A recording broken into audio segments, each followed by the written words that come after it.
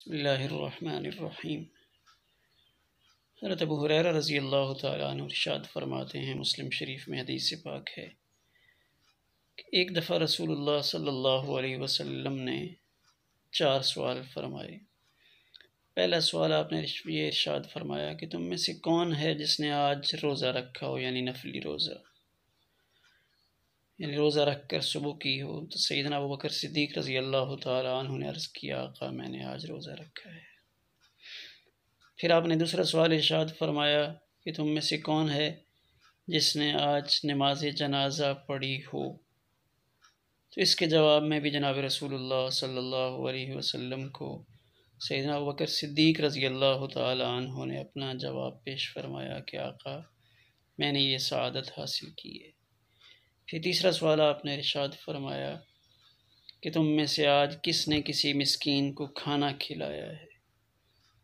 تو اس سوال کے جواب میں بھی اس کائنات کے افضل ترین شخص جن کی افضلیت پہ پوری امت کا اجماع ہے، حضرت ابوبکر صدیق رضی اللہ تعالیٰ عنہ عرض کیا کہ آقا یہ سعادت بھی میں نے حاصل کی ہے۔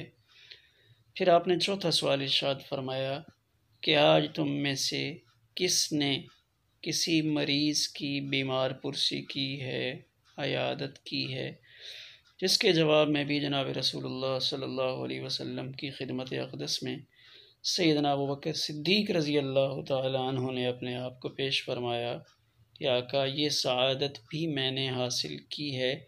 یعنی یہ چاروں بڑے کام، نفل روزہ، جنازہ پڑھنا، مسکین کو کھانا کھلانا اور مریض کی عیادت کرنا، پھر حضور صلی اللہ علیہ وسلم نے ارشاد فرمایا کہ جس شخص میں یہ کام جمع ہو جائیں تو وہ جنت میں داخل ہوگا۔ یہ بہت بڑے بڑے عظیم الشان کام ہیں، ہمیں بھی ان چاروں کاموں کا اہتمام کرنا چاہیے۔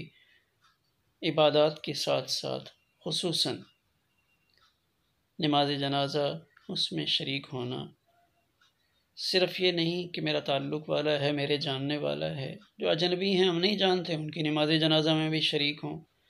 کھانا کھلانا، مسکین فقراء غرباء مل جاتے ہیں کو کھانا کھلانے کی سعادت بھی کبھی کبھی حاصل کر لی جائے، اور مریض کی عیادت وہ تو ہمیں کرنی ہی چاہیے، جس کی بہت بڑی فضیلت دوسری حدیث پاک میں موجود ہے کہ جو مریض کی عیادت کے لیے صبح جاتا ہے 70,000 فرشتے شام تک اس کے لیے دعائے مغفرت کرتے ہیں، شام کو جاتا ہے تو صبح تک 70,000 فرشتے اس کے لیے دعائے مغفرت کرتے ہیں۔